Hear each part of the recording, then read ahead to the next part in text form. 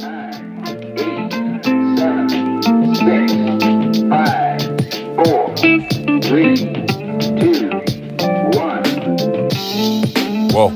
to the Chesley Major Channel. I'm your host, Chesley Major. Today on the Chesley Major Channel, another Black History Month special edition honoring Dr. LlAILA Africa. The good doctor was born 1946. 2020 is when he passed away. A scholar, a lecturer, scientist, holistic doctor, author, and historian. Dr. LlAILA had 50 years experience in over 80 different topics. He studied and taught in Africa, Europe, and America. He has practiced across the world. His speeches and concepts have changed the lives of countless people and celebrities, including myself. He's written books like Melanin, What Makes Black People Black. Also, Handbook for Raising Black Children, a comprehensive holistic guide. Also, Nutricide, the nutritional destruction of the black race. Here's some video of Dr. Africa talking about sugar and the harm it does to the body. What turns to sugar quickly? White potatoes and french fries, and white rice. Sugar. Sugar is emotionally attached to a feeling. See, I'm back to emotion. Remember, your culture gives you emotions, your reaction to your emotion is a feeling. I'm back to that. The inability to love, give love, or receive love is related to sugar. Sugar represents the love of your birthday, your love of a holiday, Christmas. So if you can't manifest love in your life, you eat the sugar, you eat the love. You see? It's emotional dysfunctionality at its best. That's why women will be up late at night eating ice cream. Because they're trying to eat the love they can't get from Leroy. You're talking about some logic here, but people are emotionally attached to food. They eat food because they're having problems. They eat sugar because they have the inability to give love or receive love, because sugar is associated with love. Is that right? Yes. So how did you know that, Dr. Africa? And salt is associated with anger. Well, I should be in pretty good shape then, because I use NutraSweet in my cereal stuff. NutraSweet causes nerve damage. So you're looking at Alzheimer's, Parkinson, you're probably too senile to know you're eating sugar after a while. So you're looking at nerve damage, and you don't want that. It causes mood swings, causes rage and violence. You don't want to go there with the NutraSweet. It's a poison. It is? Yes. What about Sweet Glow? Aspartame. It's very simple. If it tastes sweet, it has sugar in it. So you don't want to eat a whole lot of concentrated sweeteners. In fact, you shouldn't eat any. But to avoid the diabetes and those things associated with diabetes, such as high blood pressure, hyperactivity, glaucoma, cataracts, infertility, senility, Parkinson's, Alzheimer's, poor circulation, neuropathy, tingling, numbness, all those diseases are associated with a person with pancreas disease, but they don't have diabetes. So the person's always looking for diabetes. But a pancreas disease has symptoms, and of those symptoms, Parkinson's, Alzheimer's, high blood pressure, arthritis, glaucoma, cataract, hyperactivity, infertility are symptoms of a pancreas disease. And they're going around looking for diabetes. Dr. Africa went on Dame Dash Network when it was popping, and him and Dame got into it about diabetes, because Dame Dash is diabetic. Check out this footage when him and Dame gets into it. It got pretty heated because Dame's so stubborn and hard-headed.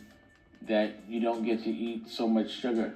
But the thing is, sometimes your blood sugar is really high, and that's when you have to get it down with the insulin. But sometimes your sugar is really low, and you have to take sugar to get it back where it needs to be. So, everyone has a different method. So my blood sugar is low. I tend to eat jelly beans, but that's like the fastest sugar. So like if somebody gives you a chocolate bar, then it won't really help in the moment. That's a slower sugar. What's the best way to get out of a reaction? What's the best method? Yeah. So, of course, hypoglycemia is probably the most dangerous thing that can happen to a diabetic that's on insulin, such as a type 1, like yourself. It can be... And that's when your sugar just gets low. And it can be lethal. And it feels crazy. Cool. So it's... You can't describe it unless you're diabetic. Yeah, and it feels terrible. It activates your fight or flight mechanism. And you're not mentating very well often. If you get to certain levels, you can... to the point where you can have seizures and death. So we take hypoglycemia very seriously. So what we want is a very rapid sugar. So we tend to use the free glucose, okay? Because we want this absorbed immediately. What's free glucose? So glucose. Glucose is sugar. Yeah. We don't want you to have a carbohydrate at the time. You got to break it down. You don't have time to break it down. We want a rapid sugar, okay? So what is that in the form of? So those are things, you mentioned the jelly beans. The jelly beans, I'd imagine. We usually put the white sugar in orange juice, Yeah. and that does it straight away. Yeah. Now, the thing that I think that happens, that I see that happens, is that this feels so bad to you, okay, that you want out of it now, and you tend to overcompensate. Definitely. So you'll drink the whole Coca-Cola, or you'll drink the whole orange juice. Everything. And the reality is, most often, you don't need that much. Right. Okay? So you say how much? Oh, I would say, the glucose tabs are like 5 grams of glucose.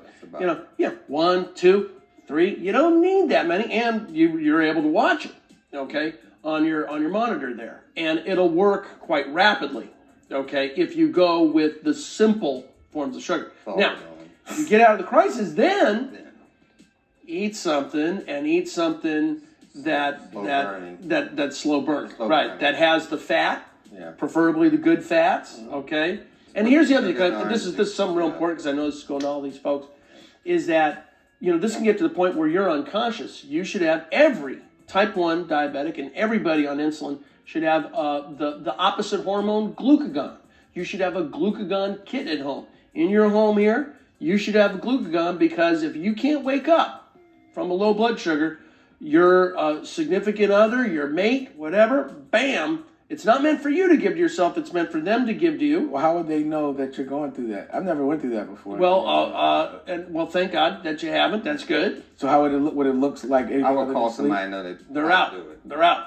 You're out. You're unresponsive. Because they're unresponsive. Yeah. Now, sometimes No, like they're foaming kind at of the mouth? dazed out. They're dazed out. Yeah, they could have a seizure. They're dazed out, and they can't eat anything, right? Because the preferred method is to do this orally, right? I just want to know how to recognize it early. That's what I wanted to know. Well, to recognize that you need some help, some assistance. Yeah, it's usually if you're not mentating very well, you're not able to speak, you're not, all of a sudden you're confused, okay? Looks like a stroke, man. It can look like a stroke. Yeah.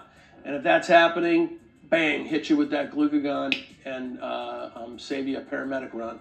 How would you approach someone that goes through those same issues? How would you approach those things? Allopathic medicine is good for getting you out of a crisis. That's about all it's good for. It can get you out of a crisis. And I would tell them to go see an allopathic doctor. Yeah. No problem. If you don't have the time, I'll send them to an allopath. quick, like, go ahead. Yeah, emergency room. If you have a little bit of time to prepare. They wouldn't be in that crisis because they would not eat processed carbohydrates. They would eat complex carbohydrates. They wouldn't eat bleached white flour in the form of pancakes. They wouldn't eat white rice. They wouldn't eat white potatoes. I'm giving them complex. How does somebody sustain this lifestyle? Not many people have such structured lives to be able to have that kind of... I'm really answering your question because I go all over the world. There's brown rice all over the world. There's beans all over the world. I'm talking about processed carbohydrates. Don't eat them. You can't eat concentrated sweeteners, white sugar, syrups. You can't eat those. So they're going to have things, they're going to have a craving for things in the alcohol species, such as vinegar. You see?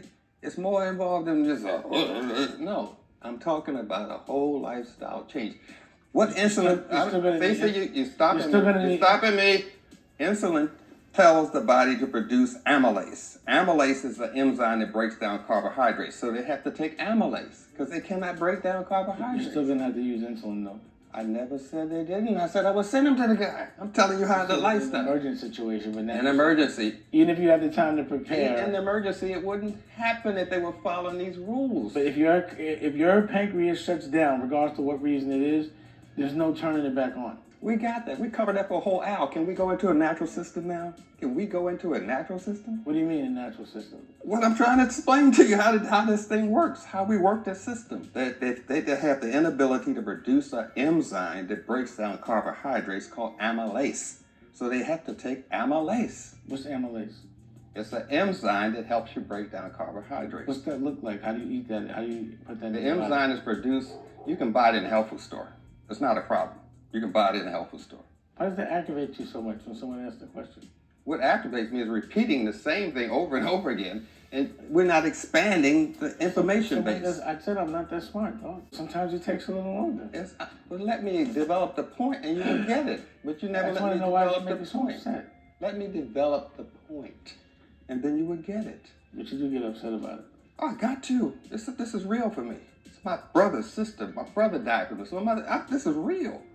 I'm saying that they have to come off processed carbohydrates. This is part of the whole regimen in the life. No white sugar, no pancakes.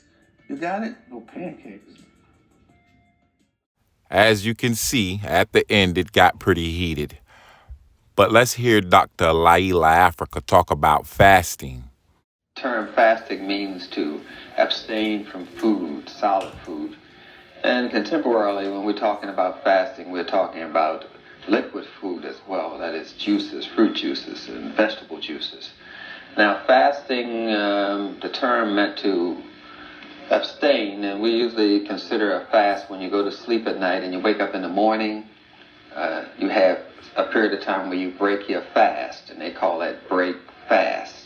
And that's because of the history of fasting. That's where the term breakfast comes from, or breakfast as we say, but it means break your fast. And another thing is a person should have their stomach empty before they go to sleep. And that's why they say, are you fast asleep? Meaning abstain from food, fast asleep. So the words, if you trace them back in their origin, you'll find out always refer to a period of time when people fasted. During harvesting season, just before harvest, there would be a fast. See, when you have plenty of food around and just before the food supply dwindles down, the amount of food you eat decreases, and that puts you on a fast. And then you have the harvest when there's plenty of food again. So between the harvesting season, there was a time when you fasted. These were scheduled by nature. Then there are fasts that are scheduled by the sun, and we use the solstice for that, the winter solstice, the summer solstice.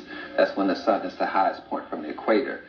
So they help you schedule a fast. Then there are fasts based on religions, 40 days or 40 nights without food, which is called quarantine in the Italian. That's where the word quarantine comes from, fasting. So we have fasting that is scheduled by religions, fasting that's scheduled by the sun, and fasting that are scheduled by harvesting seasons. Nature, of course, causes you to fast. All animals, whenever they are sick, they stop eating and they'll go get a herb. A dog will do it, a cat, as well as horse and cattle. They will go on a fast. They will just stop eating.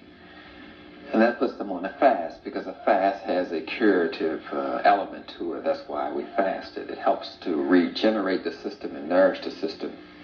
So it's a time when you give back to nature. During the time that you're eating, you're taking from nature. During the fast, you're supposedly giving back to nature. That gives you a balance. And that's what fast was meant to do, to put you back in equilibrium with nature. A time when there's fasting, a time when there's not fasting. So the fast as it's known today includes liquid food, as I mentioned before. And when you're using liquid food, such as apple juice, raw apple juice, orange juice, grapefruit juice, and vegetable juices, spinach, beet, carrot. After hearing Dr. LlAILA Africa talk about fasting and its curative powers and things it can do to help you, I began to fast myself at least 3 to 4 days out of the week.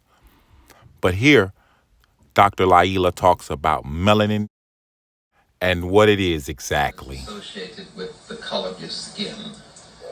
However, this pigment called melanin is part of your nervous system and your brain. and is basically the chemical key to life. It is called a civilizing chemical because it regulates all the rhythms in your body, when your eyebrows should grow, when you should become a man, puberty, when you should become a woman, what time your liver should be fed, what time your heart should be fed. It regulates all the rhythmicity of your system. It's a synchronizing chemical, better known as a civilizing chemical. It's how we classify races based on the pigment that they have. We're classified on the highest on the racial scale by the Europeans themselves. Everyone else has a lesser degree of melanin, and the Europeans classify themselves as having the least amount of melanin of any race. This causes them to have more ammonia in their system than black people, and more sulfur. I think it's the only time you smell it is when their hair gets wet. You're smelling the ammonia and sulfur. Sulfur makes things smell rotten. And they have more salt in their body than you do. And they have the least amount of peripheral circulation, which is circulation to your skin, than you do. The problem with ammonia is that if you put it in like a sub-degree temperature, it will boil. If you put it in a hot oven around 300 degrees Fahrenheit or so, it will freeze. It's a very tricky chemical. And that's why you walk into a room and it's very cold, and white people in it, they feel comfortable. Because the ammonia is making them feel warm. That's why you see them walk around with shorts in the snow. They have a lot of ammonia. They are biochemically different from you. The melanin is the chemical that's high in your ears, which causes you to absorb more sound in a sound. You hear the full range of a sound. No race can do that, except you. Melanin is high in your brown part of your eyes, called an iris, named after a goddess called Isis. So it causes you to absorb more color when you see a color. You're the only one can see the true color of a color. Everyone else is seeing a pale or blue, a pale or red, a pale or green. So you see the world differently, you hear the world differently. Melanin is high in your taste buds, which causes you to taste the full flavor of the food, which sets up what we call enzymes to help you break down more nutrients in the food with less energy. We call it conversion reaction. It takes less energy for you to get energy from the food. So I'm not going to go into that subject either. Nonetheless, we have this melanin in our system, and it's high in your brain, which causes you to store more information in your brain. We call it ancestral memory. This is blocked by a chemical called synthetic oxytocin given to women when they're pregnant, trying to induce labor, which causes the child to have blocked ancestral memory. Can't connect to their past too well. They don't hear none of that black stuff, you know. So you have this melanin in your body, and it's primarily secreted, made in your intestines, made in all parts of your body, like blood cells are made in all parts of your body. It's primarily secreted by a gland called the pineal gland, which is in the center of your brain, in a water-filled space called the third ventricle. And inside of this ventricle, this water-filled space in your center of your brain, is the pineal gland. It's about the size of a pea, a green pea, and it's shaped like a pine cone, thus the name pineal gland.